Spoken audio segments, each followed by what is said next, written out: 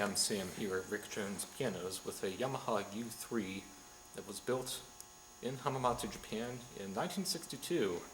And when we received this piano, we saw that it needed some work, and so we performed the work. I had my colleague Jeremy replace the tuning pins in this piano. The original size was size 1, and that refers to the diameter of the tuning pin inside of where the pin block is. And, well, they make tuning pins in sizes 1 through 7, so we just went to the next size up, which is 2, and incidentally the same as what's in the Steinway piano, and a Baldwin and many other American pianos. And now the pins are very tight. We're confident that this piano will hold its tune in the long term, so long as you make sure it's kept in tune twice a year, as we would ask you for any piano, and also that you make sure it's in a moderate stable humidity.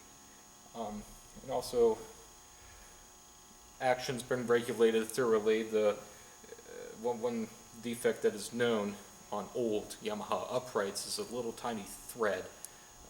We refer to it as a loop flange. It's really the loop itself. It's a thing that holds down a little spring that allows the hammer to return earlier to a rest position, to a ready position when you're playing the keys. And unfortunately, on older Yamaha uprights, the thread they used was not good, and it tends to disintegrate over time, so we have taken care of that, replacing all of them with flanges with fresh new thread. And you can read about it online. Technicians know about this. They regularly make this repair, and it's something we regularly do in our shop to ensure that these pianos are playing as they should, as if they were factory new, all even from the top to the bottom of the keyboard, uniformly, with the notes repeating correctly.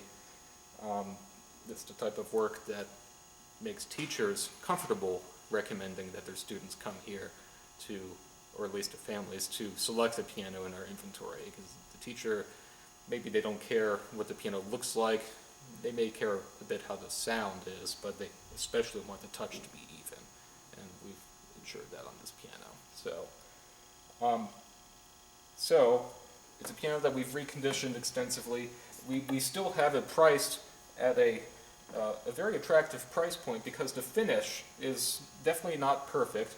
We've done our best to clean it up, touch it up, but it is the original lacquer from 1962, and it's definitely not as fresh as a more recently made Yamaha. Well, in any case, they didn't start using the sort of harder polyester finish until, I want to say, around 1970-ish. So this is still finished in ebony using the traditional lacquer that pretty much every piano manufacturer was using back then. And it does craze a bit over time. That's just what old lacquer does. So if you want a perfect, aesthetically perfect piano, this won't be it, I'm afraid. I do appreciate the shape of the cabinetry, though. It finds just very subtle differences in the way the little pieces of wood that make up the cabinet, the way they're shaped, remind me a lot of mid-century modernism, and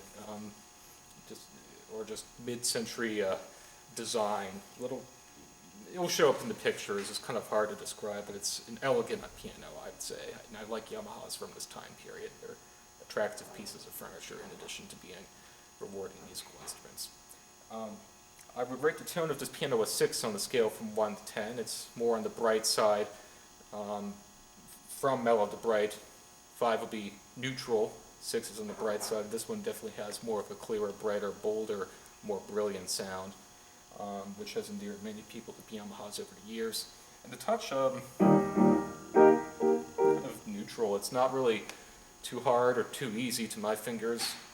Just a sort of an average amount of resistance in the keys to make it, I think, a good choice for especially a relatively young student who's just beginning. So 6 and 5 for the tone and touch. The piano also does have a middle pedal practice mute.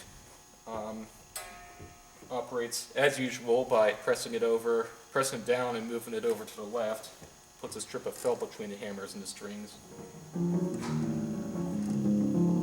So you can play very quietly at night without disturbing neighbors, or at any time of day if you're in an apartment or row house. So please stop by, try this out for yourself. You're welcome to play this or anything else in their inventory. But if you can't make it, you can always give us a phone call or send us an email if you have any questions.